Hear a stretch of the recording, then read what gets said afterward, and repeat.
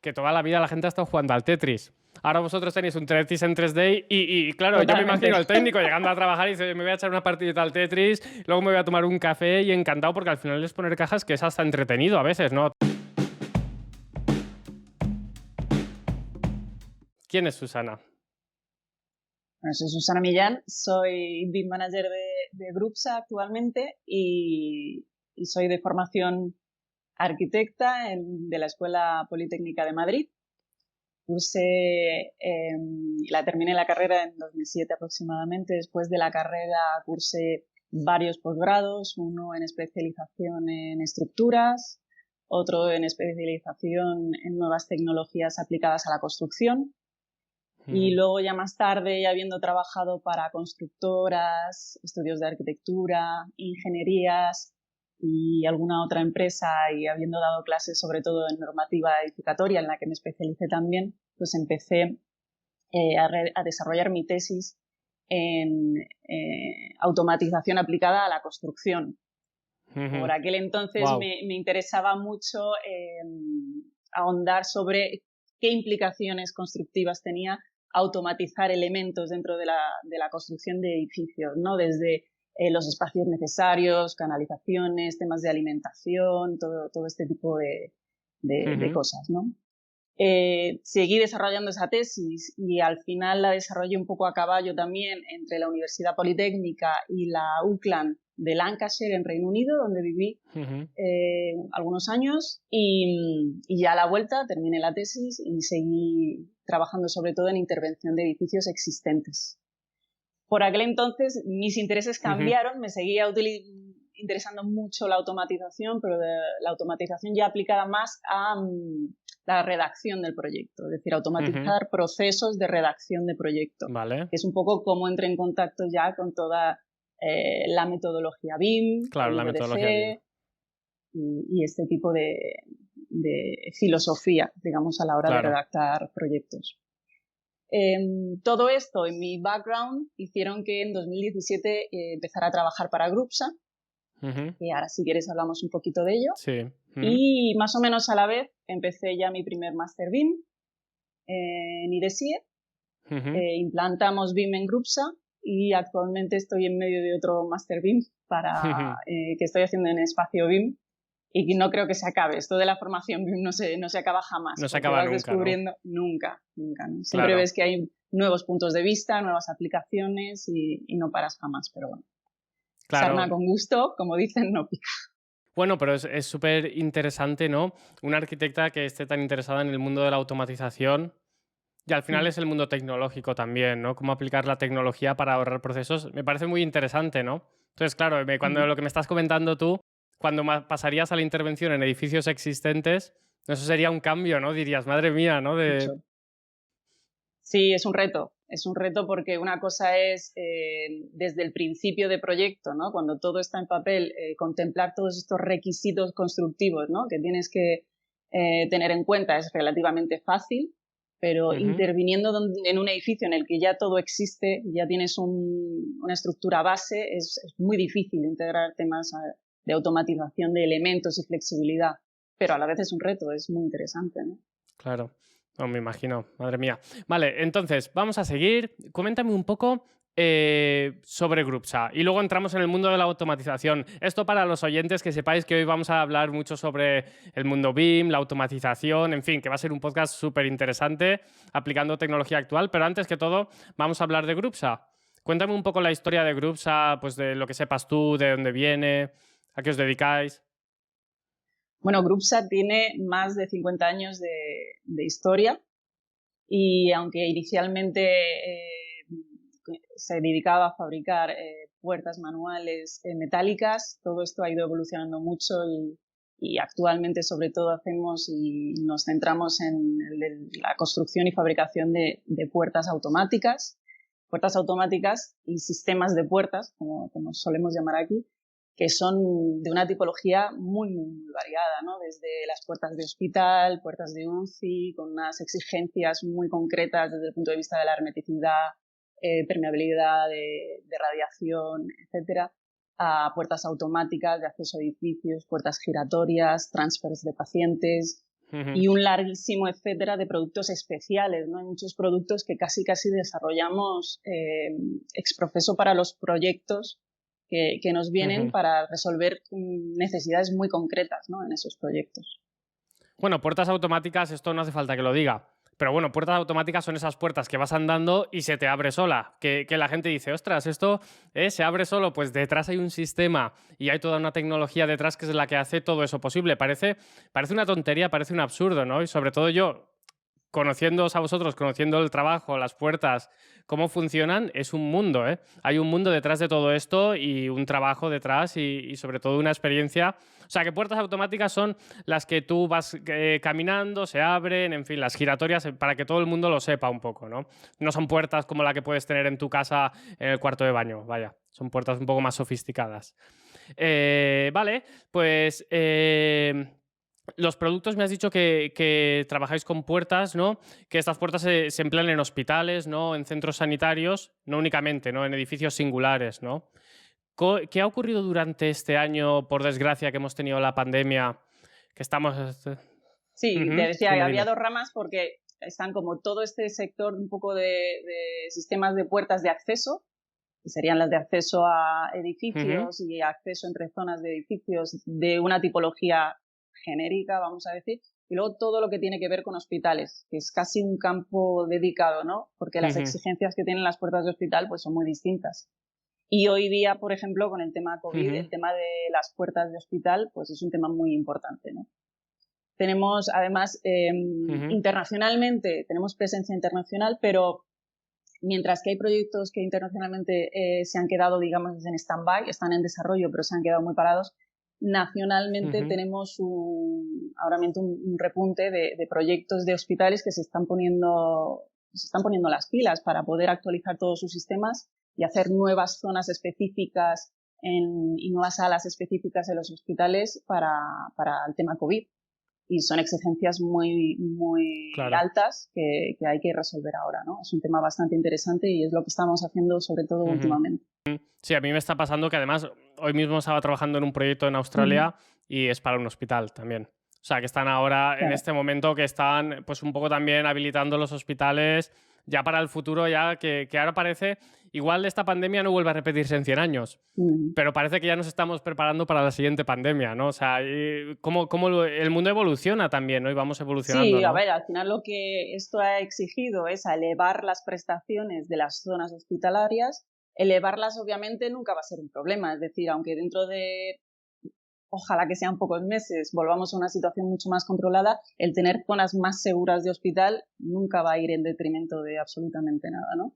Y realmente es lo que están haciendo. Están mejorando Ujú. todos los equipamientos existentes en los hospitales. Ujú. Bueno, pues venga, ahora vamos a ver una empresa que es fabricantes de puertas automáticas, en fin, de puertas ya, digamos, para edificios singulares.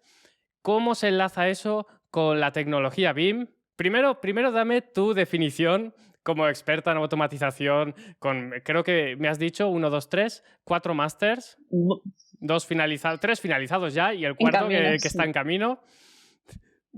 Cuéntame, ¿cómo definirías tú el BIM desde tu perspectiva? Cada uno tiene un poco su enfoque. La definición clave la tenemos ya. Creo que Autodesk se vende bastante Sí. bien, pero ¿cómo defines A tú el ver, BIM? a mí hay una cosa que siempre me ha gustado mucho cuando defino lo que creo que es BIM, y es una distinción que no sé si Ujú, hizo Philip Jernigan en Big BIM, Little BIM, que me parece que es muy acertada. Es decir, el Little BIM, que es yo ujú, creo que de lo que más provecho podemos sacar en la fase de redacción de proyectos, es esa parte del BIM en la que, apoyándote en el software que sea, consigues que tus procesos sean pues, más ágiles, más efectivos, más a prueba de errores, etcétera, etcétera. El Big BIM sería, o yo entiendo que va más en el camino de esa interrelación entre agentes, ya casi cuando estás más en la fase de construcción y es necesaria esa comunicación entre partes, con esos flujos de BIM que nos enseñan también en todas las formaciones que tienen que ver con la metodología, ¿no?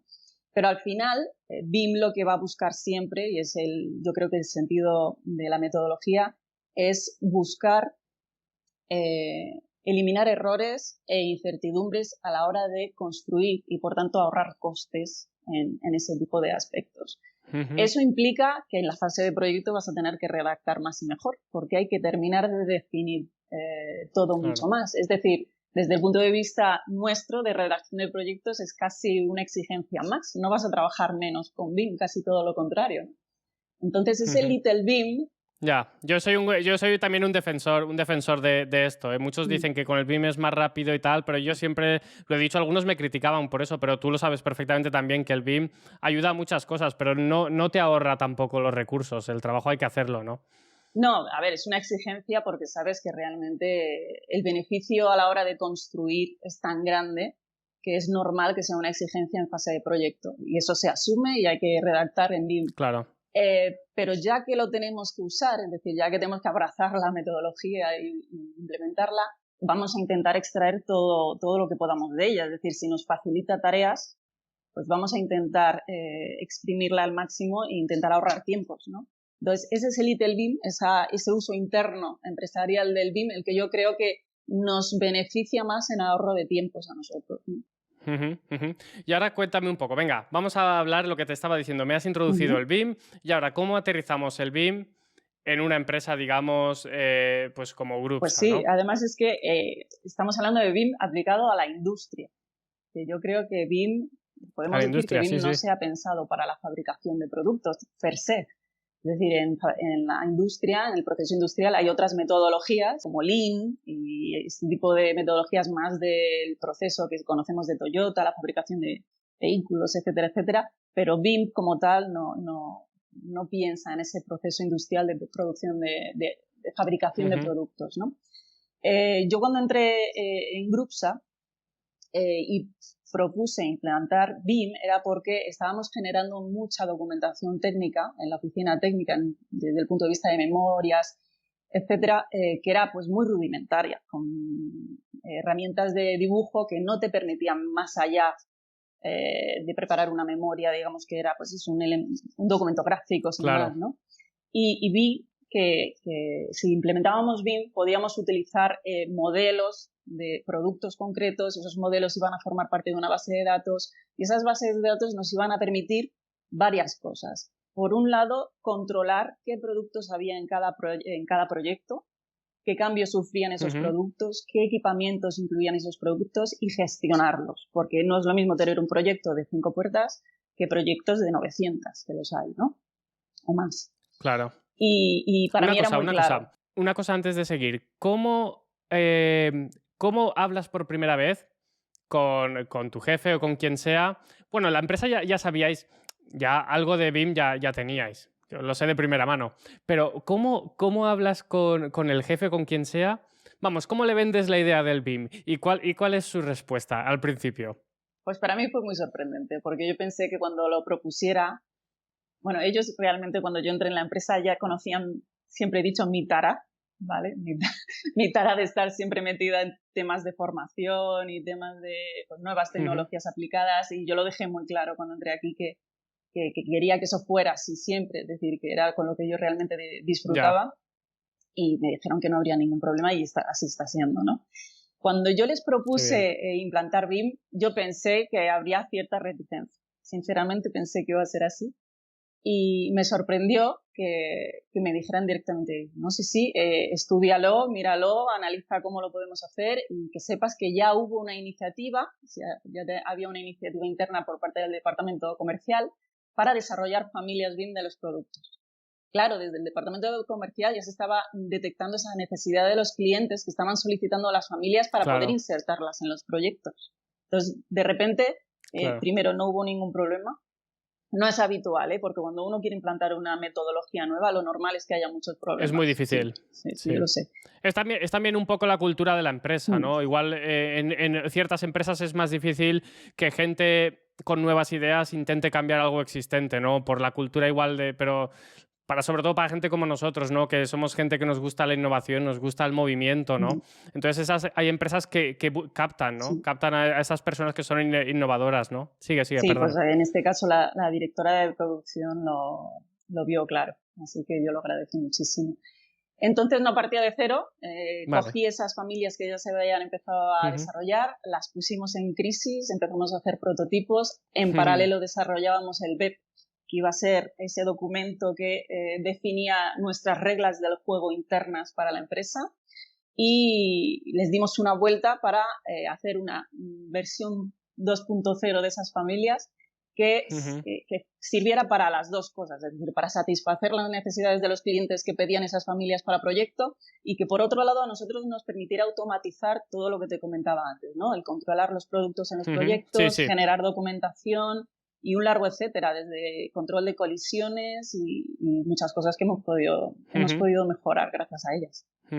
Sí.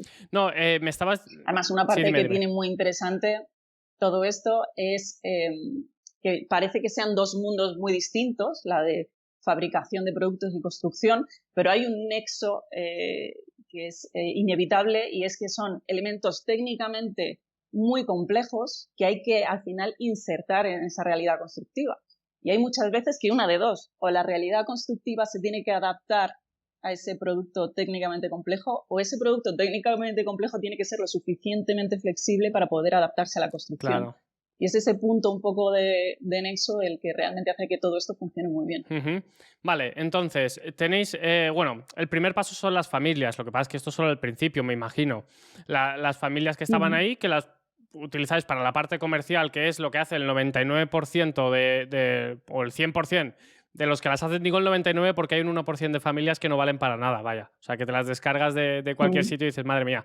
Pero, y luego está la segunda parte, que ya es empezar a extraer información que es útil para vosotros, para otros campos. ¿Podemos hablar un poco más de eso? Porque me lo has dicho, tú me has dicho, hay muchos, pero dímelos, dime, pues, ¿para qué cosas en concreto?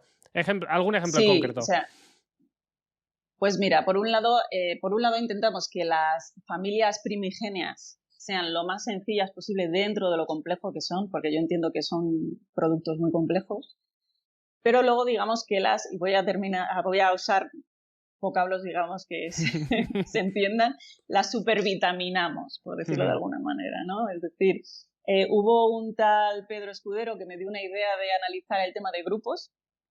Entonces me metí en el tema de grupos. ¿Quién será? Estuve mirando a ver cómo podían jugar a nuestro favor, y gracias a este tema automatizamos de una manera brutal el tema de... No sé quién será. Y automatizamos muy, muy fácilmente la generación de memorias, todas las acotaciones que tienen que figurar en todas las fichas de las memorias técnicas. Estamos ahora introduciendo de forma automática todo el equipamiento que una puerta puede incluir o no, que es amplísimo. Cómo cuando una puerta tiene elementos especiales o modificaciones especiales se pueden incluir, de forma que luego la base de datos del proyecto realmente incluya toda esa documentación y realmente se pueda extraer toda de ellas. Y esa base de datos que al final conseguimos de todas las puertas de un proyecto, al final después se exporta para que lo puedan usar después en postventa. Y lo que es más importante, que era un poco por lo que te proponía hace unas semanas casi la entrevista, era la última fase, casi última fase previa a la instalación, que es la del cálculo de embalajes, que yo creo que casi es lo más novedoso que hemos hecho nosotros. ¿No? Eso vamos a saltar, pero última cosa, y prometo que es la última sobre este tema. Es que ya sabéis que este tema a mí me encanta, y la audiencia dice y estas preguntas no estaban en el guión, o sea, que aquí luego Susana me va a matar. Pero bueno, venga, va, dame un número. Sé que esto no se calcula, pero ¿cuál sería la diferencia para vosotros en rapidez igual o eficiencia a la hora de hacer unas especificaciones ahora y antes de que entraras tú, antes de que llegaras tú? Esto no lo oyen, esto los de Grupsa no lo oyen, nadie se va a sentir ofendido. No te preocupes, lo pueden oír, no hay ningún problema. Además, forma parte un poco de justificar que estas cosas tienen sentido, ¿no? Y yo te diría que cuando tienes que hacer una memoria técnica de un proyecto completo, una memoria en la que salen todas las vistas de la puerta, todo el equipamiento de la puerta, todos los extras que se han pedido y sale todo reflejado, en hacer inicialmente esa documentación, te voy a decir que tardamos lo mismo. Por ser negativa, vale. Te vamos a decir que inicialmente tardamos lo mismo, ¿vale? ¿Qué tiene qué tiene a su favor o qué ganamos a cambio? Las modificaciones de proyecto son sencillísimas. Es decir, cuando antes teníamos que modificar una memoria porque se quitaban unos cuantos productos pero se metían otros y luego había que cambiar esto en estos productos, o cambiaban de planta determinados determinadas puertas, etcétera, era un sufrimiento, ¿no? Porque localizar esa información, cambiar solo esa documentación, cuando cambiabas algo que no te afectara a otra cosa que no tenías en cuenta, las probabilidades de error eran tan grandes. Claro. Que cuando tú veías que una memoria había sufrido 10 revisiones, pues te echabas a temblar. O sea, a ver qué nos hemos podido dejar aquí por el camino. No tenía nada que ver con la primera, ¿no? Claro, la primera si memoria y la última eran sumamos que esas completamente revisiones, diferentes, a lo ¿no? mejor, Igual, en de ese los momento. técnicos que están haciendo esas revisiones en memoria, la primera revisión la hace un técnico, la segunda revisión la hace un tercero, etcétera, pues ya son incluso varias manos las que pasan por esa documentación técnica del mismo proyecto. Ahora, ¿qué ocurre? Que todo es un solo modelo, una sola base de datos en la que localizar lo que vas a modificar es muy sencillo. Es muy sencillo y además cuando lo modificas en un sitio, en el otro ya se ha modificado solo y ha tenido en cuenta todo lo demás. Claro, no tienes que estar revisando el double check que decimos, simplemente con marcar ya lo tienes. No tienes que ir, porque claro, de la otra manera el factor humano influye mucho y el error humano pues suele pasar. Todos somos humanos, todos cometemos montones de errores. O sea que ahí estás limitando o sea, yo creo el que error humano reducir a también, cero ¿no? el error humano es imposible. Qué bueno.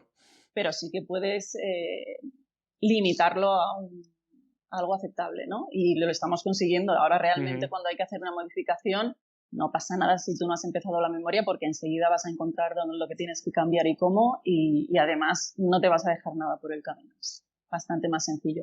Y el tiempo que ahorramos ahí es muy importante. Incluso no sé si lo hacéis, pero nosotros en los proyectos, cuando estamos haciendo un proyecto de arquitectura, directamente empezamos a poner los planos y todo ya, aunque no estén finalizados en el sentido de que luego los cambios son muy sencillos, ¿sabes lo que quiero decir? Entonces, se hace trabajo ya con antelación, sabiendo que luego se va a tener que modificar y que los cambios van a ser muy rápidos. Cosas que los project managers, ya digamos de otra época, los grandes expertos de otra época no entienden. Dicen, no, aquí no se empieza a modelar hasta que todo esté decidido. Y la realidad es que no funciona así el mundo del BIM, ¿no? Venga, vamos a meternos en el mundo, en esta parte tan innovadora, en la parte en la que, digamos, era el motivo del podcast, como tú me contactaste y me dijiste, oye, Pedro, quiero que hablemos de este tema. Así que cuéntame, venga, ¿el proyecto de embalajes? Bueno, pues el proyecto de embalajes, ¿qué es esto? Yo quiero suponer que es algo común a muchas empresas que fabrican. Es decir, tú tienes el producto que sea, puede ser más o menos complejo, pero al final cuando ya lo tienes fabricado hay que embalarlo de alguna manera. Ocupará un volumen, unas góndolas o unos palés, esos palés irán dentro de un contenedor y habrá que enviarlos. Y esa gestión puede ser muy sencilla o puede ser muy compleja. Es decir, una persona, como personas que tenemos aquí en la empresa que saben mucho del tema, pues un embalaje de una obra moderada te lo calcula casi de memoria, ¿no? ¿Cuántas puertas hay? ¿De qué tipo? ¿Qué medidas? Te dicen, bueno, pues nos van a hacer falta pues, tantos palés, tantas góndolas y tal. Pero cuando la obra es más importante, el tema se complica. Y aquí en Grupsa se habían confeccionado una serie de hojas Excel muy complejas, súper exactas, pero muy complejas, de cálculo de embalajes para obras importantes, obras más grandes. Pues exigían mucha formación a la hora de usarlas, era muy difícil después auditarlas o revisarlas si volvía a haber cambios, muy, muy complejo. Y no sabías dentro de esas hojas Excel cómo se iban a disponer esos bultos, ¿no? Esos volúmenes dentro del contenedor y cómo se optimizaba mejor el espacio, etc. Así que cogimos ese task que teníamos, que era una tarea que consumía muchísimo tiempo, y la analizamos. La analizamos y propusimos otra vez de nuevo hacer una mini implantación con un web propio para el proyecto de embalajes que resolviera este tema desde el punto de vista de la metodología BIM. Entonces, yo aquí hice un mix entre otras metodologías que a mí me gustan mucho, que vienen del mundo del Agile y más específicamente de Scrum. Y propuse un desarrollo de esa implantación de BIM que fuera iterativo, es decir, que diseñara unos sprints de trabajo, que al final de cada sprint de trabajo tuviéramos un producto usable, es decir, ya una plantilla, una base de trabajo que permitiera hacer cálculos, pero que cada vez y con cada nuevo sprint se tradujera en un mejor producto, una mejor herramienta de cálculo de embalajes cada vez mejor, ¿no? Fue muy gratificante, porque ya en el primer sprint conseguimos una plantilla de trabajo de unas familias que permitían hacer una estimación de lo que iba a ser el proyecto de embalajes, ¿no? Enseguida vimos los resultados y con cada sprint fuimos satisfaciendo requisitos que queríamos cumplir hasta cumplirlos todos. Yo creo que hoy día los hemos cumplido todos, ¿no?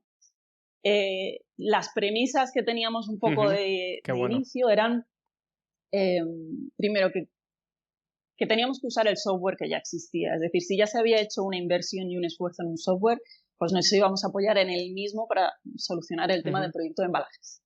El segundo era que tenía que ser algo tan sencillo que cualquier persona, incluso sin experiencia en herramientas BIM, con una formación de como mucho medio día, fuera capaz de aprender y llevar a cabo. De controlarlo. Y luego tenía que ser escalable. Es decir, nosotros tenemos productos que cambian y luego tenemos nuevos productos que se dejan de fabricar. Y entonces tenía que ser muy flexible y escalable desde el punto de vista de qué cosas hay que embalar. Pero a la vez tenía que ser capaz de contemplar productos que no existen, productos que son específicos de un proyecto en concreto. Tenía que ser tremendamente flexible. Al final tenía que ser capaz de gestionar ubicación, disposición del embalaje, el volumen, el peso, y tenía que ser capaz de generar toda la documentación aparejada, es decir, desde el embalaje provisional, que es una ficha muy concreta con una serie de datos muy concretos, el detalle de cómo todos estos bultos y embalajes hay que introducirlos en el contenedor para que realmente se optimice el espacio, la hoja de pedido para después hacer el pedido de... Vale, porque todo eso es documentación, porque claro, tú estás yendo ya al detalle, que me parece espectacular, pero voy a intentar poner un poco el contexto de todo esto para que lo entendamos un poco para la audiencia, sobre todo porque me imagino que la audiencia, yo también a veces, yo también, no os penséis que yo también me pierdo a veces, que las cosas son muy complejas y los invitados la verdad es que tienen tela, o sea, que esto lo saben de lujo. Pero bueno, a ver, vamos a ver. El embalaje, bueno, esto empezando desde el principio, embalamos los fabricantes, ¿vale? Ellos fabrican las puertas y las tienen que meter en las cajas, ya sea para enviar al destino que sea, si sea al otro lado del charco, si sea para los de América que estáis ahí escuchando, o hacia el otro lado, hacia Asia, pues lo hacen así. Entonces estamos hablando de ese proceso, ¿no? De que sería transportar todas las piezas de un sitio a otro. Entonces, vale, primero eso. Luego, ¿necesitas una documentación técnica? ¿Quién requiere esa documentación técnica? Sí, normalmente hay muchas veces que el propio cliente que encarga el proyecto de sistemas de puertas nos pide una previsión de cuánto van a ocupar esos embalajes, cuántos contenedores van a hacer falta, si van a ir por marítimo o por aéreo. Toda esta información se le da y se prepara esa documentación. Vale. Voy a intentar hacer como una especie de resumen del proceso. Un ejemplo. Cuenta un ejemplo, venga, y cuéntalo aunque no sea, cuéntalo con Latinoamérica. No sé si tenéis ahí, pero con algún país, porque nos están escuchando desde allá también. Entonces, cogí un país, el que más te guste. Sí. A mí me gustan todos, porque yo les escucho a todos. Pero... Bueno, en Chile, por ejemplo, trabajamos mucho. Vale, Chile. Pues mira, por ejemplo, imagínate que tenemos un hospital en el que tenemos X puertas de UCI, por ejemplo. Cada una de estas puertas, que es un producto a efectos de familia de las que antes hemos estado hablando, se traducen en 3 pequeños bultos o 3 pequeñas cajas. Una caja que es la de la hoja, la puerta, una segunda que es el operador, que es la parte donde va pues el chasis con todos los motores, etcétera, y puede haber una tercera cajita, que es la que incluye el tema de cercos, molduras, etcétera. Pues lo primero que hacemos es convertir esa primera familia de producto en un grupito de 3 bultitos que derivan de esas dimensiones del producto inicial. Cuando ya tenemos todas estas cajas de todos los productos incluidos en el proyecto, lo siguiente que hacemos es, esto te lo digo casi como si fuera un Lego, porque realmente es así. De forma tridimensional se ve de esta manera, se ven las cajitas, cada una con sus dimensiones, y luego tenemos modelados los tipos de bulto, que pueden ser un palé con jaula o una góndola con jaula. Un palé con jaula es la típica caja de madera que se suele meter en los contenedores, en la que se introducen cajas más pequeñitas, se van apilando, y la jaula es esta recubrición un poco de madera que se pone para protegerlas. Las góndolas tienen esa forma un poco triangular en sección, y sirven para poner de canto las hojas de las puertas para que no se dañen. Y entonces el segundo paso es coger esas cajitas, introducirlas físicamente en esos bultos. Cuando ya están introducidas, se da la información para que sepa que todos esos elementos juntos es un único bulto, se le da un nombre, se le da una descripción, y lo siguiente sería coger cada uno de estos bultos e introducirlos en el contenedor correspondiente. Contenedores que pueden ser de 20 pies, de 40 pies o contenedores especiales. Básicamente este sería el modus operandi.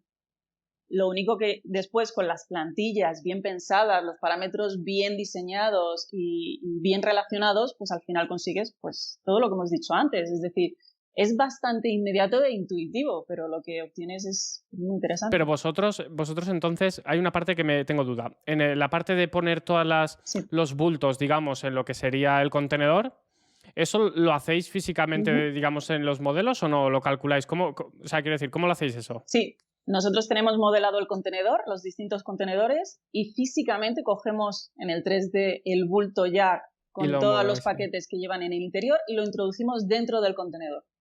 Es una parte muy, muy importante porque hay muchas veces que simplemente modificando el orden en el que metes los bultos dentro del contenedor consigues meter más o menos bultos en el contenedor. Es decir, es el punto de optimización de espacio que permite BIM y que antes era imposible. Hay veces que incluso metes los bultos en un contenedor y a lo mejor hay uno que no me cabe por un poco. Y te pones a reorganizar, a lo mejor le doy la vuelta, o meto primero o remonto un bulto con otro, etcétera, hasta que consigues encajarlo, ¿no? Por lo menos sabes o te quedas tranquilo de que el resultado que tienes es el más óptimo. Claro, eso, bueno, luego hay un operario, digamos, que estará en el lugar. Yo además es que tengo un amigo que trabaja, no es operario, pero él trabaja en el tema de contenedores y todo, él gestiona, ¿no? con la empresa. Y es un tema bastante caro también, ¿no? Cada contenedor, la carga, en fin, el transporte, es un tema bastante caro. No, y que digo que cada operario luego, ¿qué hace? Ellos tienen una especie de plano como si fuera un planito de IKEA. Uno de estos del IKEA. Justo. Ajá. Sí, el segundo plano que sale de nuestra plantilla BIM es el que llamamos plano de detalle. En ese plano de detalle se generan las distintas vistas del contenedor. Hay contenedores muy sencillitos donde se ve muy claramente cómo se han dispuesto los bultos. Pero cuando en un contenedor los bultos se tienen que meter de una manera muy concreta o no caben, pues entonces te aseguras de hacer las vistas necesarias, los numeras, los señalas. Los señalas, ¿no? Dices el número A aquí, el otro allá, y luego el operario. Justo. Joder. Exacto. Saben muy qué interesante. orden todos.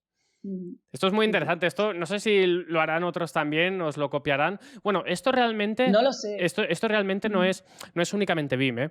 Esto ya estáis haciendo. Estos son digital twins, ya lo que estáis haciendo. Estáis haciendo los modelos digitales, que es un pasito un poquito más. Y luego ya si empezáis a monitorizarlo, entonces ya sí que conseguiréis todo lo que es, que no sé si lo hacéis, pero entonces ya conseguiréis lo que es el digital twin, que es ya el modelo real. De hecho, te digo más. Mercadona estaba interesada en cosas así. Creo que Amazon también, en cosas de este estilo que una persona normal no piensa, ¿no? Tú cuando piensas, esto me lo decía el otro día en el podcast que grabé el otro día, el chico me hablaba, bueno, el señor, no sé, un joven también como nosotros, me hablaba de, él es historiador, y me decía, no es lo mismo contar una acción, ¿no? Algo que está ocurriendo desde el punto de vista histórico que desde el punto de vista narrativo. Es decir, no es lo mismo enviar una puerta a Estados Unidos que tener que coger las piezas de una puerta, ponerlas en un carrito, llevarlas al puerto, ensamblarlo. Es decir, la parte, ¿no? Que es la parte del proceso, ¿no? Que es muy interesante, ¿no? Y aquí es exactamente eso. Totalmente. Vosotros estáis pensando en todo el proceso. Sí. Qué bueno. Sí, dime. Totalmente. Además es que se han derivado ventajas que no esperábamos. Es decir, había un problema bastante recurrente y es que cuando tienes un embalaje muy grande, estamos hablando a lo mejor de 10 contenedores de 40 pies, muchos contenedores, imaginemos que hay un producto en concreto que el cliente necesita instalar por lo que sea y necesita localizarlo. Pues antiguamente saber en qué contenedor, dentro de qué contenedor, en qué bulto y en qué orden está justo ese elemento era muy difícil. Prácticamente tenías casi que revisar el embalaje completo. En cambio, ya te puedes imaginar, con un modelo BIM, pues simplemente buscándolo en la tabla de planificación y seleccionándolo, ya ves en el 3D dónde está. Es así de sencillo, Siempre, ¿no? Entonces, hacer ese tipo de consultas está siendo muy sencillo. siempre que el operario lo ponga donde toca. ¿Hay algún tipo Sí, sí, ¿cómo sí. hay algún tipo de control ahí o no? Sí, sí, la última documentación que se extrae del modelo es el checklist para el embalaje. Y el checklist lo que va detallando es en cada bulto qué elementos van, de qué puerta, con qué ID, porque todas las puertas, todos los productos tienen un ID único y con el ID puedes localizar, incluso imagínate que hay puertas con 3 subcajitas y una caja está en un bulto, otra caja está en el otro, pues tú puedes filtrar por el ID correspondiente y tienes las 3 cajitas perfectamente ubicadas en el embalaje. Qué chulo, ¿no? A mí esto la verdad es que me parece súper interesante. ¿Qué ventajas ha reportado? Ya me has contado las ventajas que tiene el sistema, pero a la empresa. ¿Qué ha cambiado desde que habéis empezado a utilizar este sistema? Mira, implantar BIM en Grupsa ha tenido las ventajas que te he comentado antes, pero Sí, sí, implantar BIM en los embalajes ha eso. sido radical. O sea, el ahorro de tiempo es absolutamente abismal. O sea, lo que tardamos en hacer un proyecto de embalaje ahora no tiene nada que ver. Y hay proyectos muy complejos y muy grandes que eran un auténtico sufrimiento hacerlos de la manera antigua, que se podían hacer Claro. perfectamente, pero era mucho más complicado. Y luego, aparte de la generación de documentación, que hay documentación que generas específicamente para mandarla al cliente, pues es documentación técnica pues muy fiable que puedes mandar con toda la tranquilidad del mundo al cliente, ¿no? Y la imagen que da es muy buena porque es la de control, realmente estás teniendo el control del embalaje. Claro. No, y que además puedes poner los 3D, en fin, que también te sirve a ti un poco para venderlo de una manera mucho más gráfica, que igual en el Claro. futuro esto con una aplicación de móvil, igual lo podríais estar haciendo ya directamente, con la aplicación de móvil del BIM 360 o uno de estos, ya se lo Sí. podríais enviar y se podría revisar los parámetros. Cuando esto lo hagan interactivo, que se pueden introducir los valores de los parámetros desde el móvil, entonces, claro, el que lo tenga que revisar puede estar viendo el modelo 3D y ponerlo directamente en el contenedor y cuando llegan también se puede certificar eso, ¿no? Sí, yo últimamente he preparado una serie de parámetros en los que, un poco viendo un poco a futuro otras aplicaciones, en las que se indica si algo está preparado o no. De forma que incluso puedas acceder al modelo y ya sepas de todos los bultos que van en un embalaje, cuáles están listos y cuáles falta por preparar. Claro, Y es muy sencillo, porque el mismo operario es capaz de ir marcando los que ha preparado y tú ya vas viendo los que ha preparado y los que les quedan, ¿no? Bueno, eso, vamos, tiene un potencial. Imaginar ahora, vamos a imaginarnos, ¿vale? Ahora ya empezamos un poco a divagar, ¿eh? Yo ya es que cuando tocamos un tema que es interesante, yo ya empiezo a pensar, igual digo alguna burrada, pero bueno, tú, Susana, me corriges.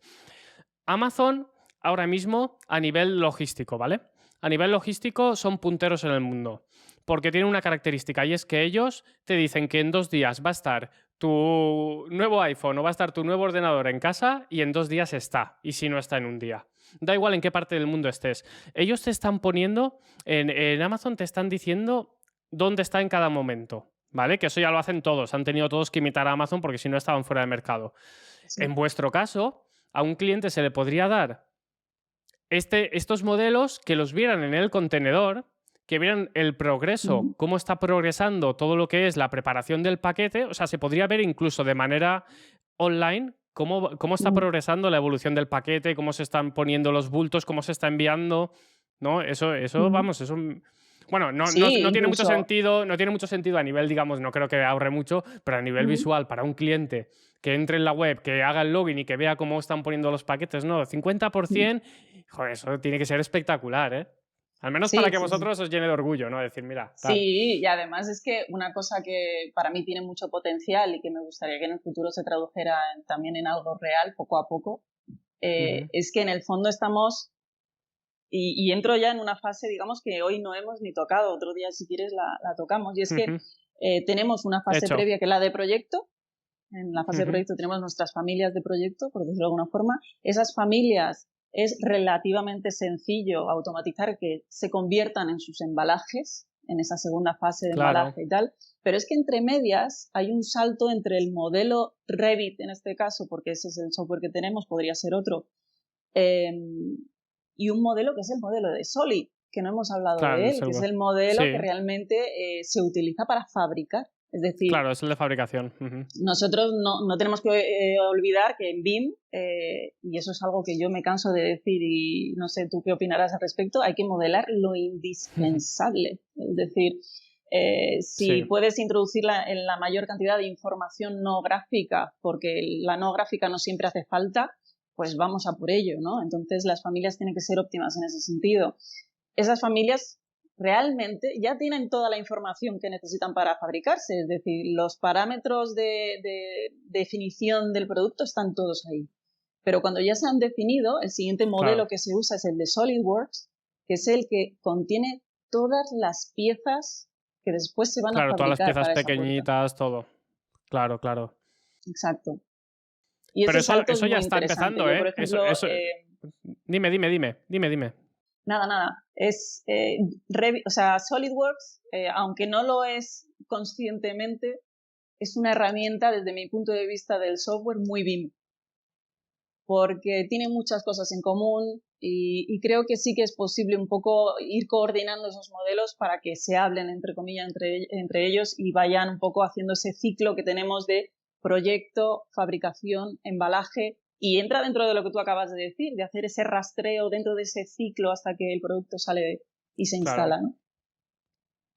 Bueno, pues te voy a dar buenas noticias, no sé si son buenas o malas, sí que creo que es más trabajo para ti en el futuro, pero con el Autodesk Forge están ya trabajando en la integración de los dos. O sea, la integración de lo que serían las familias con lo que sería el programa, digamos, ya de fabricación, ¿no? Lo que pasa es que eso aún está Ajá. en proceso experimental, pero ya se está empezando a trabajar en eso.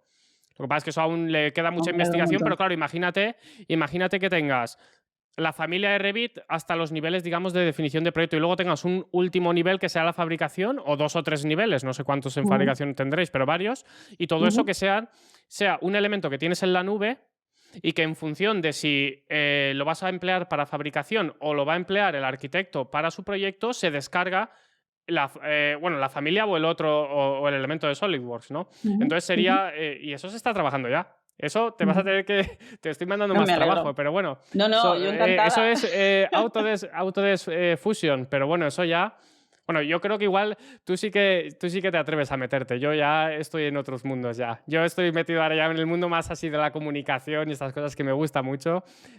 Pero sí, ahí hay mucho de lo que sacar aún. Lo Sí, único que hace falta, que no es poco, es tiempo. Entonces, siempre y cuando tengas el tiempo suficiente para ir actualizando todas estas cosas, yo creo que siempre merece la pena. Porque, a ver, el valor que tiene esta charla que estamos teniendo tú y yo hoy no es tanto esa aplicación tan concreta del tema de embalajes, que a lo mejor no satisface ni siquiera las necesidades de todas las empresas de fabricación, sino el hecho de que BIM es una metodología, es una forma de hacer las cosas y con un poco de apertura de mentes eres capaz de detectar aplicaciones que a lo mejor no existen todavía, ¿no? claro, pero bueno, a mí el tema de los embalajes me parece muy brillante. No estoy seguro, no tengo ni idea. No estoy seguro de que, o sea, creo que hay empresas que deben tener sus propias aplicaciones, de la manera que sea. Pero de esta manera tan elegante que habéis tenido de vincular lo que es la parte de diseño, incluso de la arquitectura, porque claro, tú vienes de una formación arquitectónica, ¿no? Haberlo integrado para conseguir estos resultados, o sea, quiero decir, en una empresa, pues ya te he dicho Amazon antes, pero te digo cualquier otra, pues yo qué sé, da igual. Ellos pueden tener un software preparado, ¿no? Para embalajes y, bueno, no es lo mismo Mm. embalar cajas de leche que embalar puertas giratorias de 3 metros y pico. O sea, no tiene nada que ver. Sí, y además que las limitaciones cambiarán mucho. Por ejemplo, en embalajes, en contenedores, hay una limitación que es el volumen y hay otra limitación que es el peso. En productos más pequeños, más compactos, me estoy imaginando lo de los bricks de leche que acabas de decir tú, supongo que casi lo más limitante es el peso. En Ya, cambio, nosotros no tenemos una limitación de peso porque, aunque son productos grandes y voluminosos y pesados, ujú, nuestra limitación es de espacio. Es decir, es un producto esponjado dentro ya. del contenedor. Entonces, cada empresa va a tener unas limitaciones y unos requisitos distintos. Pero lo podríais incluso resolver. Lo Sí, podría, claro. con un parámetro de peso, o sea, ya sería, vamos, si te salta ahí la alerta o te Sí, sale que no. Se podría resolver perfectamente, ya con sí, el sistema nosotros ya lo montado. tenemos. En el embalaje provisional se lista todo. Se lista el volumen, se lista el peso, la tara, el bruto, absolutamente todo. pero en nuestro quehacer diario tiene mucho más impacto el volumen y el ser capaz de introducir en menos contenedores la mayor cantidad de productos, ¿no? Claro, esto es súper interesante, sobre todo para ver la automatización. O sea, que para los que estéis escuchando, para la audiencia, esto simplemente es un ejemplo que, bueno, igual alguno de vosotros también tiene una empresa de fabricación y os dedicáis a hacer esto, que vamos, ya sería mucha coincidencia, pero sí que es un ejemplo de cómo, bueno, una persona, no, a ver, vamos a ver. Una persona inteligente como Susana, que no es media, la media estamos donde estamos, pero bueno, hay gente que pues te pueden sacar este tipo de soluciones que son la leche, ¿sabes? O sea, me parece espectacular. De hecho, ya cuando me enviaste la documentación ya lo le dije, no, me tengo ganas de aprender más. O sea, tengo ganas de... Vale, claro, yo aquí, como veis, os voy trayendo a invitados que todos tienen que aportar algo que es súper valioso y luego a mí me dejan siempre con la curiosidad de seguir hablando y hablando. ¿Qué te quería decir ahora? Mira, ahora se me ha ido a mí, con la emoción del momento se me ha ido. ¿Qué otros proyectos tenéis en mente en la parte de automatización? ¿Hacia dónde te estás enfocando ahora? Pues ahora mismo llevo unos días bastante obsesionada con Power BI, porque Okay. una vez que ya tenemos ese control del proyecto, a mí me interesa mucho hacer esa lectura horizontal entre proyectos. Es decir, nosotros ya somos capaces de hacer o controlar de una manera mucho más eficiente todo lo que hay contenido en un proyecto en forma de base de datos única. O sea, eso ya es un logro muy grande. Pero a mí me interesa mucho y estoy muy en ello, ya te actualizaré si quieres en el futuro, en ver después cómo hacer esa lectura horizontal de año 2021, hemos tenido X proyectos. En todos esos proyectos, hacer un dashboard, por ejemplo, de resumen en el que ya se reúna pues estadísticas de qué productos han habido en cada proyecto, cómo han salido, cuál es el mejor rendimiento, etcétera, etcétera. Ese es mi objetivo inmediato ahora mismo. Claro, cuando tengas el dashboard, cuando tengas, digamos, todos los resultados ordenados, ¿no? Esto creo que yo lo he dicho también muchas veces, ¿no? Tenemos datos, estos datos se convierten en información una vez los ordenamos, ¿no? Y esta información, cuando vemos esta información y la estructuramos, entonces somos capaces de tomar decisiones, ¿no? Entonces, claro, teniendo esa visión, no teniendo ese dashboard, claro, eso me parece genial. Un tema que no hemos comentado, que lo tenéis que tener también por ahí, ¿cuándo va a ser posible implantar ya el ERP? O sea, conoces el ERP, ¿no? Implantado con BIM. Sí. Ya sabes que esto se está empezando a trabajar. Se está empezando a trabajar, pues bueno, hay plugins que están empezando ya a salir. Porque claro, para vosotros, tener integrado el ERP con BIM, eso será la leche. En ese momento ya está todo bajo control, por así decirlo. Sí. De hecho, por ejemplo, con el tema de embalajes, nosotros generamos esa documentación de pedido, pero es verdad que se queda ahí, es decir, generamos la documentación de pedido, luego ese pedido se tiene que gestionar y meterlo en el ERP o en la plataforma que tú tengas, ¿no? De gestión interna de compras, etcétera. Y sí, efectivamente es el siguiente paso. Hay que conocer muy bien qué estructura tiene el ERP concreto que se usa en cada empresa para poder conseguir esa interconexión, ¿no? Es casi un poco como lo que hablábamos antes, ¿no? De que los modelos de Revit y los modelos de Solid lleguen a entenderse y poder pasar de unos a otros de forma ágil. Yo creo que es posible y lo será. Llevará el tiempo que lleve, pero será posible y hay que intentar lo antes posible ponerse al día para poder aprovecharlo. Pero sí, a mí me gustaría que ya esa documentación de pedido de compra no hiciera falta. Claro, esto lo hago, mira, con José Luis, que lo hemos hablado antes de empezar, te he dicho que José Luis había sido profesor mío. Este José Luis, el que me haya visto en YouTube, el que me siga en YouTube, es el que fumaba el piti. Se estaba fumando el piti en el vídeo. Pues yo le preguntaba, le decía, ¿es posible que, por ejemplo, estando en el proyecto se solicite la puerta y esta puerta ya directamente mande la señal, el fabricante reciba el pedido y a partir de ahí y todo esto conectado con el ERP, ¿no? Y él me decía que sí, ¿no? Él también me decía, no, eso ya existe. Y yo le decía, a ver, ¿dónde existe? Y ahí ya era más difícil decirlo dónde. Pero... No, o sea, yo creo que es viable. O sea, es futurible, por decirlo de alguna manera.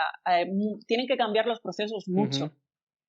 Porque hay procesos muy independientes. Es decir, también tenemos que pensar que dentro de las empresas hay departamentos comerciales, pues luego están los departamentos técnicos, luego están los departamentos de compra, suelen ser bastante independientes. Hay que mejorar la interconexión entre todos estos departamentos para que todo eso sea posible. Al final, las herramientas deben de ser compatibles. Y si no lo son, se tienen que apoyar en formatos compatibles. Es decir, yo, por ejemplo, pensando en el ERP, veo más fácil o como que lo primero que se consiga sea a través de exportaciones intermedias.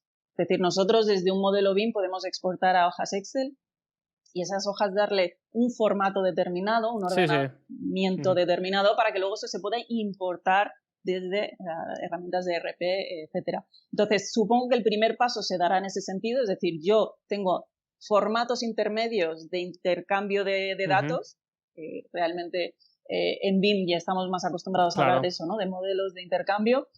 Y lo siguiente ya será que realmente el software sea compatible, pero ahí entra mucho el tema de las empresas de software, la voluntad de hacerlas o no compatibles con otros softwares, etcétera, etcétera. Pero al menos con esos saltos intermedios yo creo que sí. Sí, eso, bueno, hay una empresa española que no voy a decir el nombre ya porque estoy mencionando muchas empresas, ya estamos hablando sobre Grupsa, pero fracasaron cuando intentaron implantar el ERP, una empresa bastante grande. No les salió bien y tuvieron que dejar el proyecto y creo que lo están reenfocando de otra manera. Pero que bueno, que también ocurre porque, claro, somos personas, ¿no? Todos. Pero ya tiene valor, ya tiene mucho valor intentarlo, ¿eh? O sea que... Ya, pero si no tienes, por ejemplo, si quieres implantar BIM, por ejemplo, y no tienes un especialista, como en tu caso eres tú, ¿no? O, por ejemplo, yo podría también ser especialista en BIM, pero quiero decir, si no tienes una persona que entiende la tecnología, que sabe cómo emplearla y que sabe resolver problemas, es muy difícil que salga, ¿no? Y, por ejemplo, yo por ejemplo, en Grupsa, si no hubiera una persona con experiencia en BIM que supiera trabajar con esto, todo esto igual no se hubiera llegado tan lejos. Seguramente no se hubiera ni llegado porque no se conoce ni la existencia de estas cosas, ¿no? Entonces yo creo que eso es muy importante y con el tema del ERP, hombre, yo creo que es el futuro. O sea, ya el futuro igual presente, porque ya en poco tiempo va a empezar. En cuanto una empresa empiece, todas van a seguir, ¿no? Invertirán, pues esto se tiene que invertir en 2 o 3 informáticos que te hagan toda la programación, aunque sea en Python, que es lo más básico de todo, porque el Excel, la ventaja del Excel es que esta es la herramienta a día de hoy que todo el mundo usa, ¿no? Es la mejor. Sí, es que cualquier persona que veas, yo lo siento mucho por Revit, por Navisworks y por todos estos, pero es que el Excel, yo no sé qué le pasa al Excel, pero todo el mundo lo empleamos. Es muy potente porque es muy flexible. Todo el mundo, O sea, es espectacular. Sí. Mi mujer está metida en el mundo de los seguros, o sea, y el Excel también, todo el mundo tiene el Excel. Yo, esa herramienta, debería hacer un podcast sobre Excel, No lo escucharéis nadie, pero debería hacerlo. Yo lo escucho, te lo prometo. Ese podcast sería sobre Excel, qué bueno es. Pues bueno, me has hablado sobre un poco qué es lo que estáis pensando en la empresa dentro del mundo de la automatización. No te he preguntado si tenéis algún modelo pensado sacar, porque habéis sacado un modelo nuevo ahora de puertas, que esto lo teníamos que haber dicho al principio, que no hemos hablado de las puertas. Dime. Sí, bueno, las últimas puertas que estamos lanzando ahora son las Compact. Son puertas, en esencia, y por decirlo muy por encima, aunque admiten muchas variantes, son puertas hechas en HPL con los cercos de aluminio y operadores acabados en aluminio. Y son puertas muy pensadas más para exigencias de puertas de paso, pero para ser integradas dentro de proyectos hospitalarios. Y el objetivo es un poco eso, en proyectos de hospital, no solo ceñirnos a esa parte, digamos, tan específica, con requisitos tan críticos como son las UCIs, sino poder hacer paquetes más complejos en los que se incluyan modelos no solo de UCI, sino también puertas de paso y que se generen todos con nuestros procesos, ¿no? ¿Cómo te ves tú de aquí 5 o 10 años? ¿Cómo ves el sector? Vamos a hablar... Venga, no te voy a decir cómo te ves tú de aquí 5 o 10 años porque igual me dices fuera de la empresa y entonces ya me matan. Entonces no se ha salido la torta a un pan. Pero ¿cómo te ves? ¿Cómo ves tú el mundo, sobre todo de la fabricación de aquí 5 o 10 años con toda esta tecnología que estamos hablando? Porque ahora vosotros estáis empezando, habéis avanzado muchísimo, pero esto tú ya sabes que, vamos, hay un mundo por recorrer. Aquí, desde luego, la visión que te voy a dar es absolutamente subjetiva y es mi opinión personal e intransferible. Yo creo que desde el punto de vista de fabricación de productos que hay que incluir en la construcción o que finalmente se insertan en un proyecto de construcción, la evolución o la competencia va a ir mucho más en el tema de la gestión de procesos. Es decir, los productos son muy importantes, el diseño de los productos es vital, pero yo creo que día a día se ve que los productos, en cuanto se han diseñado, ya hay tropecientas empresas que te hacen el mismo producto o muy parecido. Entonces, realmente, la diferencia comparativa va a ser evolucionar precisamente en lo que hemos hablado hoy, en optimizar procesos. Si tú eres capaz de realizar todos tus procesos de una forma óptima, pues siempre vas a competir mucho mejor con cualquiera. Entonces yo creo en hacer productos innovadores, con diseños completamente nuevos, por supuesto, pero creo también mucho en eso, en los procesos internos que hacen que al final tú puedas competir. ¿Crees que, y ya será una de las últimas preguntas y te dejaré para que continúes con tu día, y también, ¿crees que, por ejemplo, procesos como el vuestro, que habéis hecho con el tema de los embalajes, ahora mismo lo que es la creación del proyecto, digamos, de embalajes, me has dicho que el tiempo diríamos que es el mismo? Me has dicho, no, voy a intentar ser un poco conservadora con esto y te diré que es el mismo, pero luego los cambios se reducen muchísimo. En este caso, ahora me dices, en este caso, imagínate que hay un técnico que antes se encargaba de procesar los cambios y se tiraba pues 8 horas al día durante un mes cambiando procesos. ¿Qué pasa con este técnico ahora? ¿Hay estrategias o vuestra empresa cómo hace esto? Porque claro, mucha gente me dirá, oye tú, deja de automatizar porque nos quedamos sin trabajo. Ese bulo que se dice, que yo estoy en contra de eso, pero ¿qué tienes tú que decir a todo eso? Pues mira, nosotros, esto también es propio de nuestra empresa, por puntualizar y por ir de atrás adelante.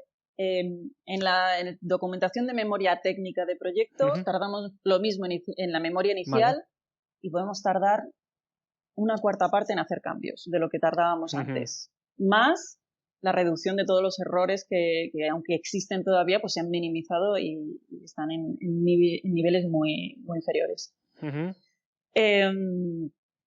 ¿Cuál era la segunda parte? La automatización que está dejando, que podría dejar sin trabajo a la gente. Sí. Pues mira, lo que está pasando en nuestros departamentos es que los que se apoyan en BIM, que son los técnicos fundamentalmente, lo que sucede es que ahora tenemos tiempo para emplearlo en cosas más importantes, ¿vale? El ejemplo más fácil es el de, por ejemplo, en las revisiones, el hacerlas rápidamente implica poder emplear más tiempo en hacer memorias mejores. La documentación es literalmente mejor. Entonces, las personas están trabajando la misma cantidad de tiempo individualmente, pero están empleando su tiempo en hacer las cosas infinitamente mejor. El producto que sale finalmente es mucho mejor. Y en los embalajes ya no te digo. Anteriormente era un consumo de tiempo tan grande que directamente limitaba el tiempo necesario para tareas mucho más importantes. Claro. Entonces, el proyecto de embalaje sí que inicialmente, o sea, se tarda una fracción de lo que se tardaba antes. Vale, entonces me había equivocado yo. Vale, yo había dicho era justo lo que te quería decir. En la parte de, digamos, de memorias técnicas, inicialmente es lo mismo y ahorramos en todas las revisiones y tenemos mayor control del proyecto. Y en el de embalajes, el ahorro de tiempo es inicial desde el principio, desde el momento en que se hace el proyecto de embalajes. Y ese tiempo es valiosísimo, porque era un tiempo además que ya te puedes imaginar, es un tiempo, es una tarea repetitiva, de rellenado de datos en Excel, muy, muy cargante. Sí, que el trabajador también llega ese día a trabajar y lo primero que hace es, hoy me toca ponerme con... Y dice, madre mía, me quedan 8 horas. A lo mejor que se va a tirar, si es muy complejo, pues a lo mejor se tira el día entero o 2 días. Claro, dice, me voy a tirar todo el día aquí con esto. Claro. Exacto. Entonces, el eliminar ese tipo de tareas que psicológicamente son muy duras y poder emplear ese tiempo en hacer cosas mucho más interesantes, por ejemplo, en ver si las góndolas están optimizadas, si se puede usar menos madera o disponerla de otra manera para que sea más eficiente y al remontar los bultos sean más fiables. Ese tiempo antes no se tenía y lo podemos usar en esas cosas. Claro, bueno, es que, a ver, que toda la vida la gente ha estado jugando al Tetris. Ahora vosotros tenéis un Tetris en 3D y claro, yo me imagino al técnico llegando a trabajar y dice, me voy a echar una partidita al Tetris, luego me voy a tomar un café y encantado porque al final es poner cajas que es hasta entretenido a veces, ¿no? Todo el mundo nos gusta encajar las piezas. No, quiero decir, es un tema entretenido, ¿no? Parece que nosotros nos estamos metiendo en temas muy absurdos, pero a todo el mundo le gusta. Es un reto. Hay veces que dices, los tengo que meter en un contenedor de 40, no quiero usar un contenedor de 40 y uno de 20 y hasta que no lo metes en uno de 40 no paras. Sí, es verdad, Es adictivo. El ser humano es la verdad que en estas cosas somos muy simples, pero nos plantean este tipo de problemáticas y a todo el mundo le gustan, ¿eh? Y te enfadas y todo, ¿eh? Bueno, yo con mi mujer, que mira, que somos opuestos, polos opuestos, yo soy técnico, arquitecto, bueno, con mis historias, ya está metida en el mundo de los seguros, o sea, imagínate. Y también, también se pican, todo el mundo se pica con los retos, con los juegos. Pues nada, iremos terminando. Me gustaría que dieras unas últimas palabras pues de todo el tema este de la automatización. pues un poco para ayudar a la gente, a los oyentes, ¿no? Ahora ya he enfocado muy en los oyentes, ¿no? En animarles a ellos unas palabras relacionadas con todo lo que tú también estás haciendo, que la verdad es que es un ejemplo a seguir, sobre todo. Dime. No, a ver, es verdad que inicialmente el tema de la automatización siempre me atrajo mucho. Yo hay muchas veces que, de broma, digo que me gusta la automatización porque soy muy vaga, ¿no? Porque no me gusta Ya, hacer para no tener que tareas hacer de el trabajo repetitivo. Claro, este trabajo que tienes que hacer todo el rato igual, ¿no? Y te tiras un día haciéndolo igual todo el tiempo. Es muy gratificante echar tiempo y romperse la cabeza durante unos días para conseguir un sistema que te permite ahorrar horas y horas de tiempo después, para después dedicarte a lo mejor otra vez a pensar otro sistema que te ahorre tiempo en otro sentido, ¿no? Sí. Ya con esto yo creo que podemos poner un poquito como la guinda. Hay un producto que ahora con el COVID, por ejemplo, se está poniendo en marcha aquí en Madrid, en el Ramón y Cajal, lo hemos ejecutado en varias plantas, que es el que llamamos UCIs llave en mano. Esas UCIs incluyen el conjunto de la puerta, los paneles técnicos, toda la tabiquería con el sistema autoportante, aislamiento térmico y acústico, es decir, son pues eso, como conjuntos de UCIs terminados, por decirlo de alguna forma, ¿no? Esas UCIs, al final, todos esos paramentos son paneles de chapa inoxidable, lacada, etcétera, y cada chapa tiene unas medidas concretas. Estamos hablando de plantas de hospital en las que a lo mejor tenemos 600 chapas. 600 chapas en el caso de que sean bandas completas. Hay veces que tiene una banda técnica y en lugar de 600 tienes 6x3, 1800. Pues esa tarea de tener que hacer la ficha de fabricación para cada una de esas chapas o agruparlas y tal es muy ardua y lleva una cantidad de tiempo inmensa. Pues ya habiendo hecho lo que hemos hecho aquí, yo ya tengo claro que lo siguiente va a ser gestionar eso desde el punto de vista de la metodología BIM para que sea fácil y mucho más gratificante, ¿no? Que sea que la coordinación de esos elementos y la exportación, ya te digo que ahí la exportación y la compartición de datos entre Revit y Solid la veo mucho más clara y más inmediata. Así que bueno, a ver si soy capaz de hacerlo, te pongo al día. Y hacemos otro podcast sobre esto también. Hacemos otro podcast, pero creo que no se acaba. El tema de la automatización no se acaba y creo que es realmente lo bonito, ¿no? Que siempre puedes darle vueltas a cómo mejorar los procesos. Qué bueno. Pues bueno, esto para todos y además de todo esto que has dicho tú, que la verdad es que estoy de acuerdo 100% y ha sido una entrevista, una charla súper interesante. Además es que vosotros en vuestra empresa os dedicáis mucho a la parte hospitalaria y por cada una de esas UCIs se pueden estar salvando vidas. Que bueno, que eso también, no todas las empresas pueden decir eso, ¿no? No todas las empresas se dedican a salvar vidas, aunque sea poniendo las puertas que van a prevenir de que entren las infecciones en esas UCIs o lo que sea y que las personas puedan sobrevivir. Y yo soy hijo de médico y mi hermana también es médico, o sea que eso también lo apreciamos, ¿no? Parece una tontería, ¿no? Pero hay gente detrás pensando en todo eso. Así que nada, Susana, ha sido un placer tenerte en Construcción Digital. Ya quedamos para hacer otro podcast, pero me lo he pasado genial y gracias por venir a Construcción Digital. Un placer, Pedro.